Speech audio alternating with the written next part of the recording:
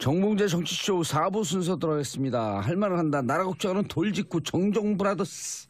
정두원 의원님. 안녕하세요. 정태근 의원님. 예, 인사되시네요. 지난주 방송 중에 사과를 하나 드려야 되는데 그 예산안을 12월 2일 날 통과시키는 게 그게 정두원 의원님 말씀대로 헌법이 맞거든요. 그러니까 회계년도 개시 30일 전에 통과시키도록 헌법 54조에 규정되어 있는데 그때 이제 정도사님하고 저하고는 국회법 아니냐라고 생각을 했는데 헌법이 맞습니다. 두 분의 1승. 축하드립니다.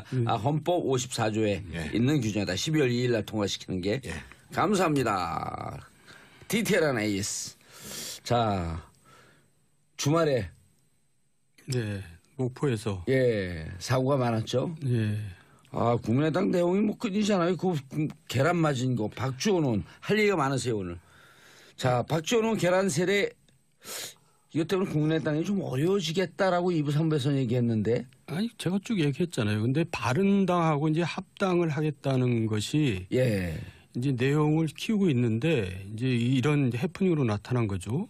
그래서 이제 이게 계속 갈 것이냐 아니면 안철수가 또 철수할 것이냐.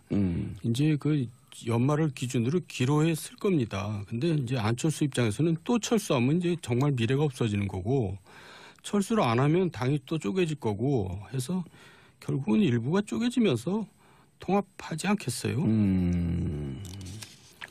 그래도 저 박지원 대표는 아주 의연하게 잘 대처를 잘 하더라고요. 점수를 많이 딴 것 같죠. 계란 맞고 점수 따고. 앞서서 그 우리 최반장의 장윤정 대기자께서 합의이혼 얘기를 하시더라고요. 근데 제가 보기에는 이거는 합의이혼의 과정이 아니고 이혼 소송의 과정입니다. 합의이혼하고 이혼 소송은 뭐가 다르냐면요. 보통 부부간에 이렇게 합의이혼을 하면 그래도 깔끔해요. 그리고 나중에 애들도 만나고. 그런데 이게 항상 자녀 양육경 문제 그리고 이제 재산 분배 문제가 있잖아요. 귀책 사유를 막 따져야 된단 말이에요. 그래서 이제 이 이혼 소송에 들어가면 감정이 갈 때까지 가는 거거든요. 그러니까 어저께 제가 화면을 보니까요. 직접 보셨어요? 어제 뉴스에 그대로 다 나왔어요. 뭐 그 계란 던지고 막 욕설하고 프랭카드 찍고 뺏고 막 이런 과정들이 그대로 TV에 나왔는데 저거는 합의이혼이 불가능한 소위 이제 이혼 소송으로 가서 거의 막장으로 가는. 그럼 누가 여기에 더 적자냐? 누가 여기 국민의당의 주인이냐? 뭐 이거 갖고 이게 이혼 과정하고 똑같은 게요. 예를 들면 자녀 양육권이라는 게 이 당의 법적 정당성, 정통성을 누가 가져가냐 이런 거고 재산 분배도 마찬가지잖아요. 지금 사실은 비례대표를 놓고 봤을 때 당에서 보면은 가장 큰 재산이 사실은 현금 자산보다도 의석수잖아요. 그렇죠. 그러면 당을 갖고 있는 사람이 비례대표도 다 가져온단 말이에요. 그러니까 제가 보기엔 이거는 완전 이혼 소송이에요. 결국은 이제 양육권과 재산을 둘러싸 가지고 누가 다수를 차지할 거냐. 그런데 문제는 서로 네가 나가라 그러고 서로 나갈 생각은 다 아무도 없다는 거거든요.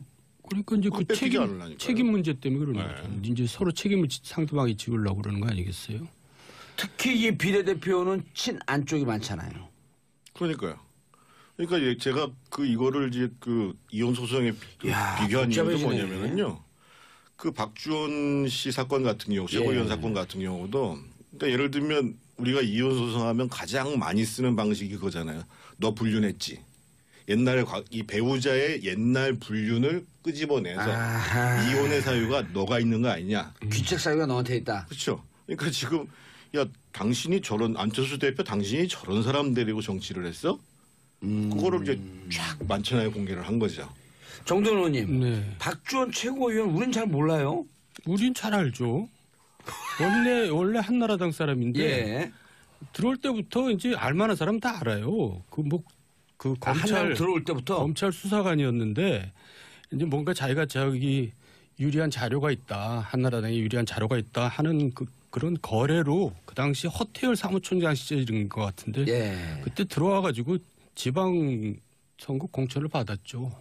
알만한 사람 다 아는 얘기예요. 그 단체장 안산시장을 했더라고요.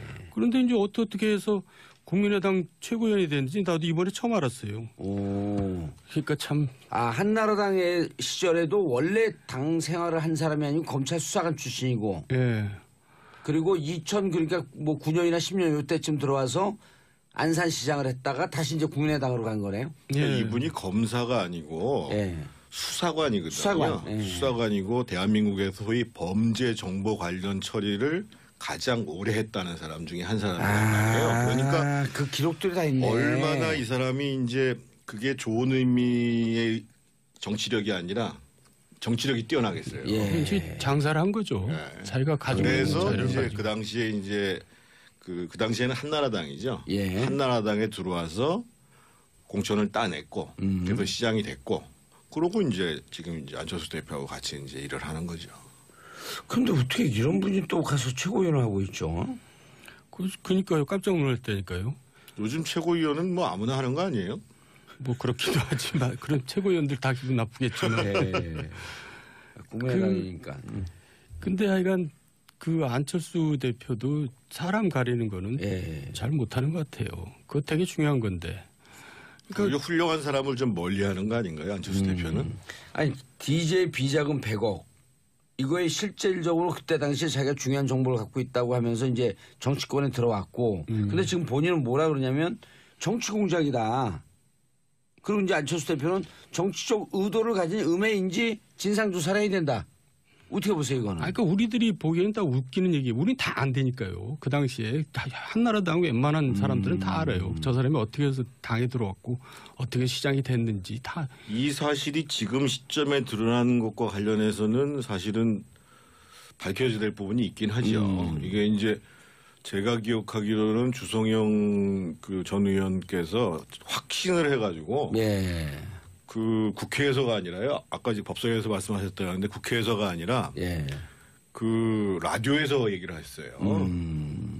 그래가지고 사실은 명예훼손으로 처벌받은 거거든요. 주성용 의원이요? 네. 그리고 그만큼 확신을 가져가지고 면책권을 이용해가지고 발언한 내용이 아니에요. 라디오 인터뷰 와중에. 그래서 이제 2010년인가에 그것에 대해서 벌금형을 받았고, 근데 그게 지금 이제 2017년에 이제 그 제보자가 누구다 이렇게 나왔던 거 아니에요. 그러니까 이 시기에 나온 거에 대해서는 충분히 음모론을 얘기할 만한 정황이 있는 거죠. 그러니까 당시에 민주당에 치명적인 자료를 자기가 다 가지고 있다 이렇게 뻥을 쳐갖고 들어왔는데. 그게 사실 그 한나라당에 들어올 때 이제 주성영 의원이 다 그걸 믿었죠. 그러다가 이제 그게 뻥이라는 게 다 드러났어요. 주성영 의원도 검찰 출신 아니에요? 그렇죠. 근데 그걸 그러니까 얼마나 자기가 뻥을 쳤으면 그걸 믿었겠어요. 뭐. 아니, 실제로 그 자료 이런 내용이 있습니다라고 당에 보고까지 했다니까요. 주성영 의원이. 완전 확신하고. 그런데 박지원 의원은 그랬어요. 주성영 의원이 좀 문제가 있는 것처럼 하고 주성영 의원과 통화한 내용이 다 있다 또 이러고 얘기를 하고 있거든요. 그럼 왜 자기가 그러면 통화한 내용을 밝히면 되죠. 그 두 분이 보기에는 주성영 의원이 그때 당시 확실한 것 때문에 이제 처벌을 받았지만 두 분이 보기에는 이분이 조금 더 문제가 있을 거다 그러니까 이렇게 보시는 거죠. 우리들은 다 한나라당이 이 사람한테 당했다라는 다 한나라당이 당했다. 다 그거 알고 있는 없는 자료를 갖고 있는 것처럼 얘기를 했고. 그 주성영 의원이 종종 실수를 많이 해가지고 이제 사건이 좀 많이 있긴 해도 이럴 정도로 황당한 사람은 아니거든요. 그러니까 뭐 자료를 줬으니까 얘기했겠죠. 아무 근거 없이 얘기했겠어요. 이 박지원 당시 검찰 수사관 출신에게 당이 당한 케이스다. 그럼 안철수 대표는 이 부분에 대해서 지금 당내에서는 바로 즉각적으로 징계해라. 라고 하는 얘기가 높은데 이것도 또 정무적 판단이 떨어지는 거 아닌가요? 지금 징계하겠다는 거 아니에요? 근데 처음에는 이제 무슨 진상조사 얘기하다가 일단 바로 이제 징계하는 걸로 가겠죠. 그렇게 한심을 쉬세요? 아니, 이 국민의당은 바람 잘 날이 없으니까. 아니 거기만 그럽니까? 자유한국당도 마찬가지죠. 자유한국당으로 이제 넘어가셔야죠. 그래서 제가 끝으로 좀 말씀드리고 싶은데 제가 보니까 저게 합의이혼이 안 될 것 같아요. 그러면 서로가 계속 그걸 가지고 이전투구를 하는 것보다 사실은 당을 해체하면 비례대표들이 살아나거든요. 당을 해체 선언을 한 다음에 선택할 수 있는데 선택해라.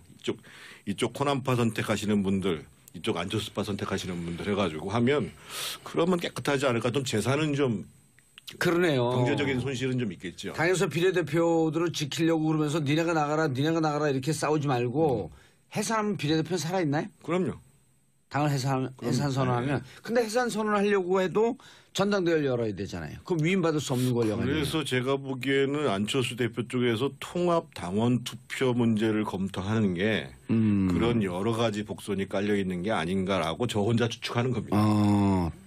통합 당원 투표. 그러니까 통합 여부에 대해서 전당대회에 물어보겠다고 얘기하는 게 누구 머리에서 나온 건지 모르겠습니다만 상당히 복선이 깔려 있는 내용이 아닌가. 맞아요. 야권 그러니까 민주당 계열도 과거에 통합하면서 바로 그날 또 합당하고 그랬거든요. 해체하면서 바로 통합하고. 원래 통합 전문가는 사실은 민주당이죠. 민주당 쪽이죠. 민주당에서 좀 수출해야 될 것 같은데. 자,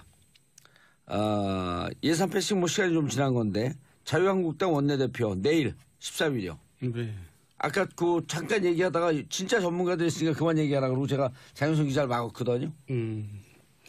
그런데 김성태, 홍문정, 한성교. 근데 사실 다들 맞닥지 않은 사람들이기 때문에 누가 될 것이냐 예측하는 것 자체가 좀 자존심 상해요. 별로 누가 되든 뭔 상관이냐 이런 생각이기 때문에. 제가 정도원 의원님 말씀을 조금 품격 있게 이제 해석을 하자면 사실은 품격 있게 해석 좋습니다. 그 원내대표라는 지위가 특히 이제 보수정당 내에서는 일단 하나는 첫 번째로는 대중적인 호감이 있어야 되고 두 번째로는 내부를 잘 조정하고 통합할 수 있어야 되고 세 번째로는 상대당과 협상할 수 있는 능력이 있어야 되고 그러려면은 기본적으로 네 번째로 정책 능력이 있어야 되거든요. 근데 지금 나오신 분들로 봐서는 이게 다가오는 게 아무것도 없어요. 그러니까 이제 대중적인 호감도 그렇게 높으신 분들이 아니고 내부 통합 조정 이것도 좀 어려울 것 같고 또 협상 능력 이것도 좀 그럴 것 같고 그리고 또 정책 능력이 그렇게 있으신 분들도 아니거든요. 그건 너무 품격 있는 얘기고 지금 국정농단이 벌어져서 참 촛불민심으로 해서 새 정부가 들어선 마당에 아직도 박근혜 전 대통령 재판이 진행되고 있고 여기에서 먼저 친박 또 친박이 원내대표하고 나왔다는 게 이게 말이 되는 겁니까 이게. 그러니까 이게 한나라당은 참 자유한국당은 이거는 정말 미래가 없는 당이라는 걸 보여주는 거고요. 또 김성태 후보도 마찬가지잖아요. 거기 친후보로 알려져 있잖아요. 저 자유한국당 욕하고 나갔다가 이제 또 분리하니까 바로 또 돌아왔잖아요. 철새 뭐 국민들이 이제 제일 싫어하는 또 철새 노릇을 했는데 이런 사람들이 원내대표 한다는 게 누가 그 관심을 갖겠어요. 근데 지금 가장 그 유력한 거로 보던데 김성태 의원이. 저는 조금 다르게 보는 게요.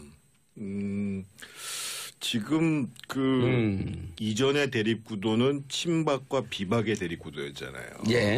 근데 이제 어떤 문제가 발생했냐면 지금 홍준표 대표를 제어하기가 어려워요.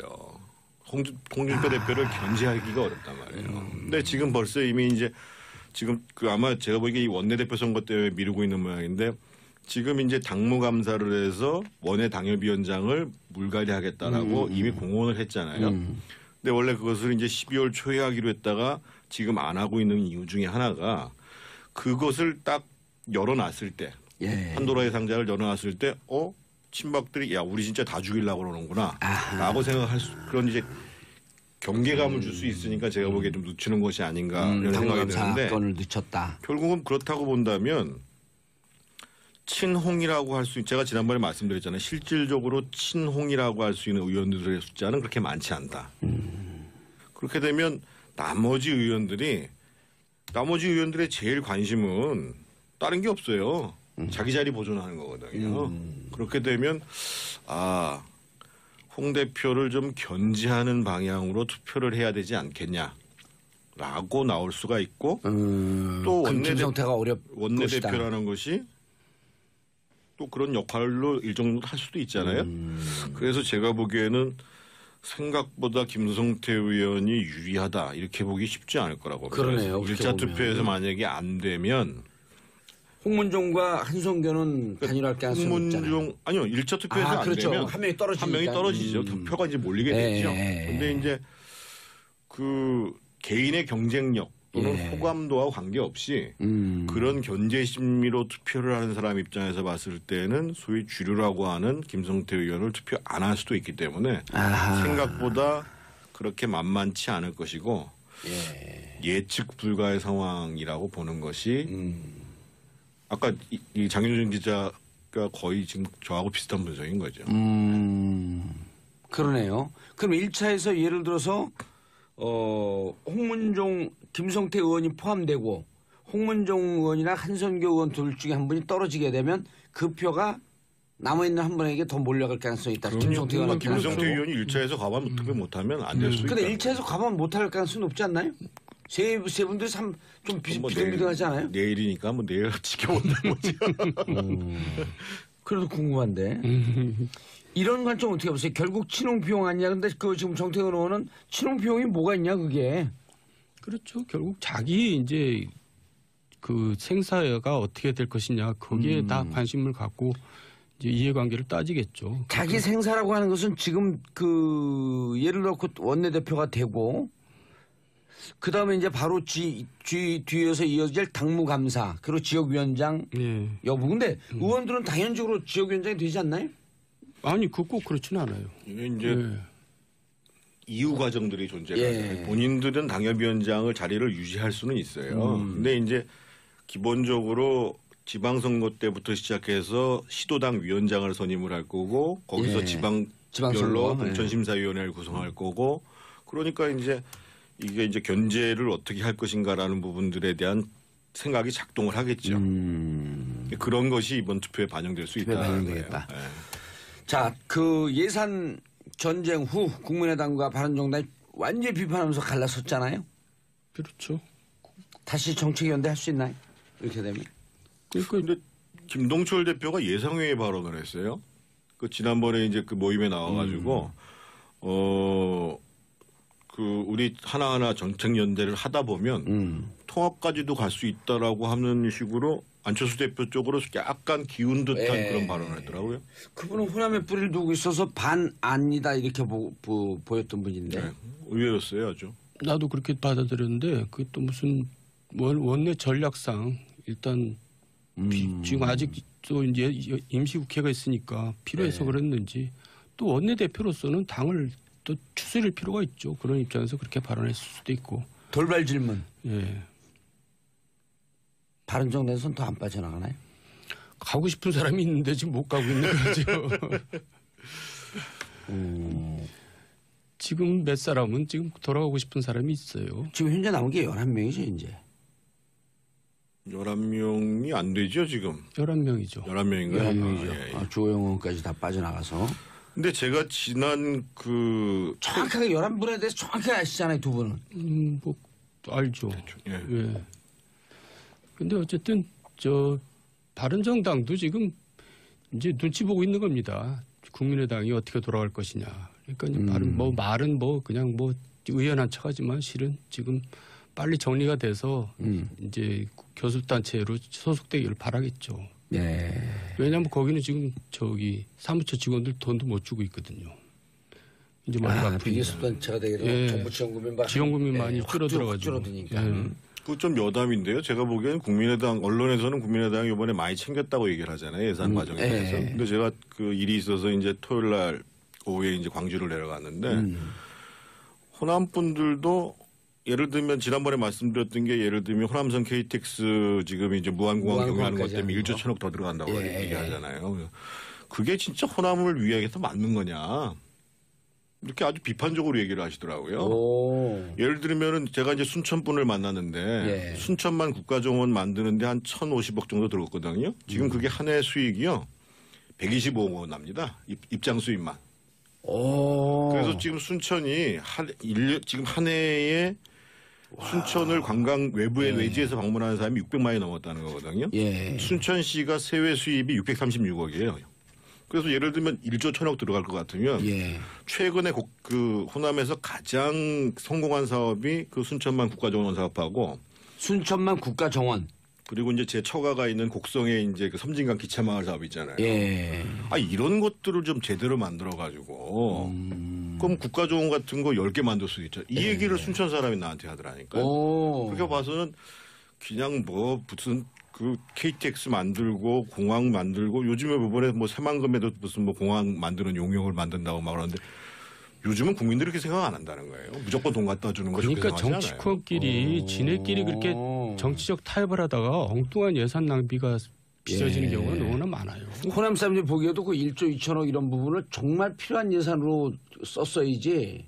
그러니까 예전에 보면은 송정의 공항과 송정역이 있어가지고 상당히 불편했잖아요. 근데 그거를 전철로 연결하니까 전부 다 역세권이 생겼잖아요.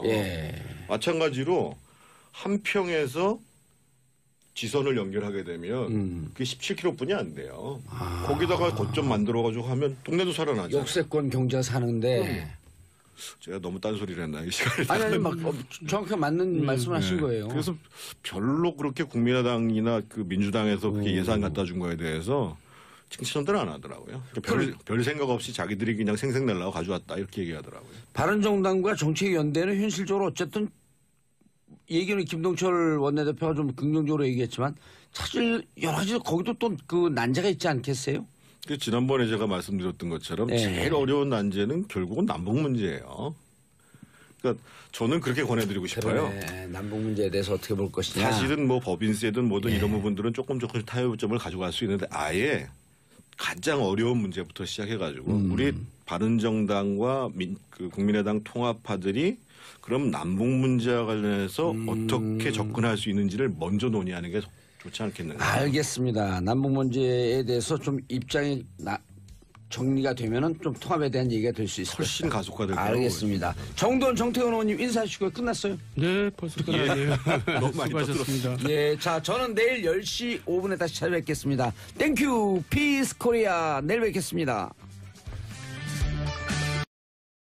이제 제가 기억하기로는 주성영 그 전 의원께서 확신을 해가지고 그 국회에서가 아니라요. 아까 지금 법사위에서 말씀하셨다는데 국회에서가 아니라 그 라디오에서 얘기를 했어요. 그래가지고 사실은 명예훼손으로 처벌받은 거거든요. 주성영 의원이요? 네. 그리고 그만큼 확신을 가져가지고 면책권을 이용해가지고 발언한 내용이 아니에요.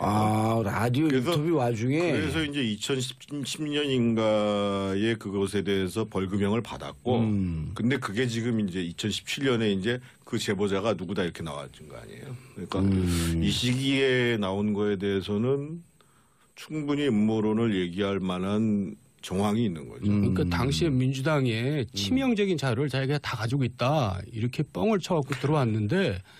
이제 그게 사실은 그 한나라당에 들어올 때, 이제 주성영 의원이 다 그걸 믿었죠. 그러다가 이제 그게 뻥이라는 게 다 드러났어요. 주성영 의원도 검찰 출신 아니에요? 그렇죠. 근데 그러니까 얼마나 자기가 뻥을 쳤으면 그걸 믿었겠어요. 아니, 실제로 그 자료 이런 내용이 있습니다라고 당에 보고까지 했다니까요.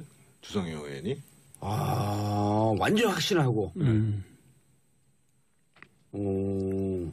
그런데 박지원 의원은 그랬어요. 주성영 의원이 좀 문제가 있는 것처럼 하고 주성영 의원과 통화한 내용이 다 있다 또 이러고 얘기를 하고 있거든요. 그럼 왜 자기가 그러면 통화한 내용을 밝히면 되죠. 그 두 분이 보기에는 주성영 의원이 그때 당시 확실한 것 때문에 이제 처벌을 받았지만 두 분이 보기에는 이분이 조금 더 문제가 있을 거다 그러니까 이렇게 보시는 거죠. 우리들은 다 한나라당.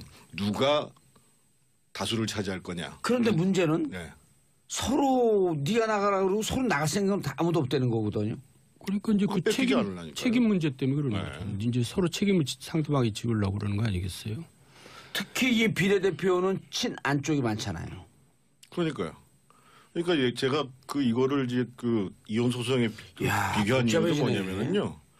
그 박주원 씨 사건 같은 경우, 최고위원 사건 같은 경우도 그러니까 예를 들면 우리가 이혼 소송하면 가장 많이 쓰는 방식이 그거잖아요. 너 불륜했지. 옛날에 이 배우자의 옛날 불륜을 끄집어내서 이혼의 사유가 너가 있는 거 아니냐. 귀책 사유가 너한테 있다. 그렇죠. 그러니까 지금 당신이 안철수 대표 당신이 저런 사람 데리고 정치를 했어? 그거를 이제 쫙 만천하에 공개를 한 거죠.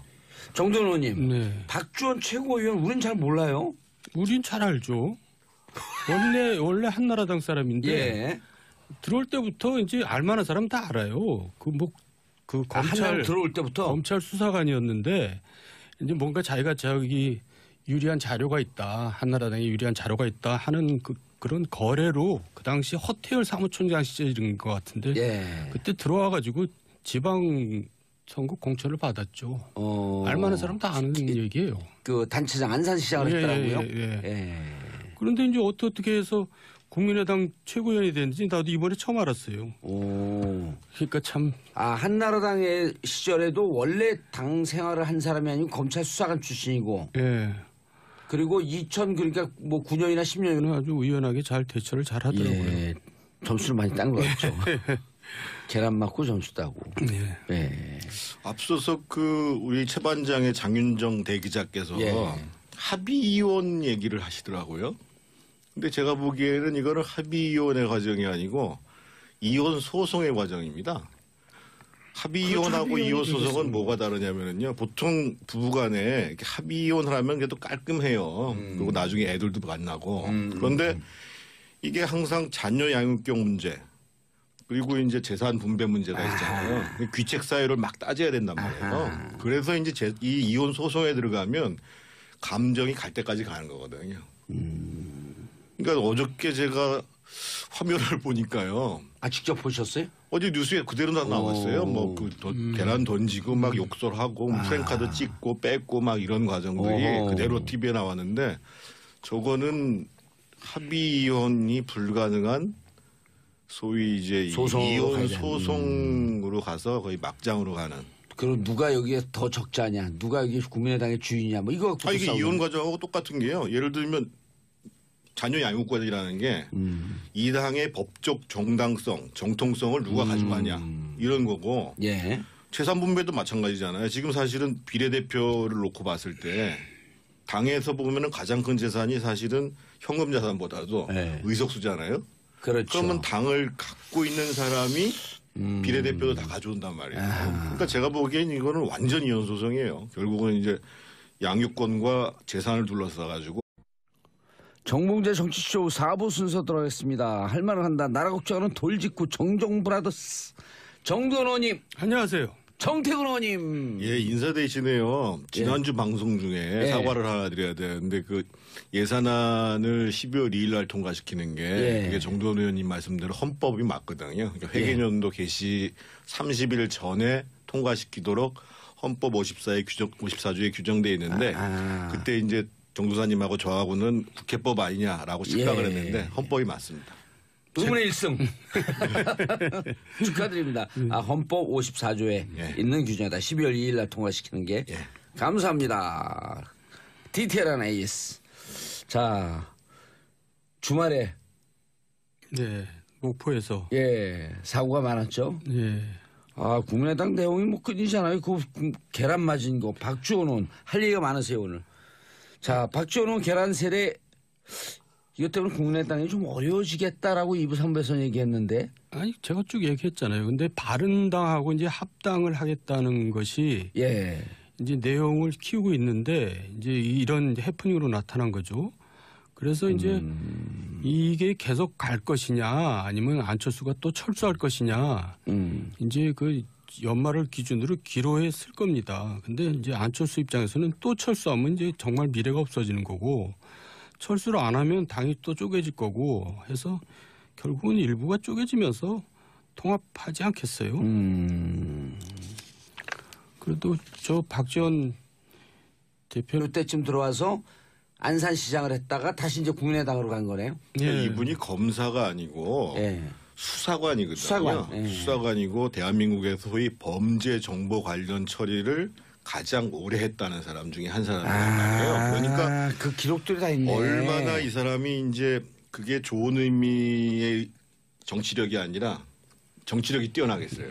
이제 장사를 한 거죠. 자기가 가지고 있는 그래서 자료를 이제 가지고. 그 당시에 이제 그 당시에는 한나라당이죠. 한나라당에 들어와서 공천을 따냈고 그래서 시장이 됐고 그러고 이제 지금 이제 안철수 대표하고 같이 이제 일을 하는 거죠. 그런데 어떻게 이런 분이 또 가서 최고위원을 하고 있죠? 그러니까요. 깜짝 놀랄 때니까요. 요즘 최고위원은 뭐 아무나 하는 거 아니에요? 뭐 그렇기도 하지만 그런 최고위원들 다 기분 나쁘겠지만. 네. 국민의당이니까. 근데 하여간 그 안철수 대표도 사람 가리는 거는 잘 못하는 것 같아요. 그거 되게 중요한 건데. 그러니까 훌륭한 사람을 좀 멀리하는 거 아닌가요, 안철수 대표는?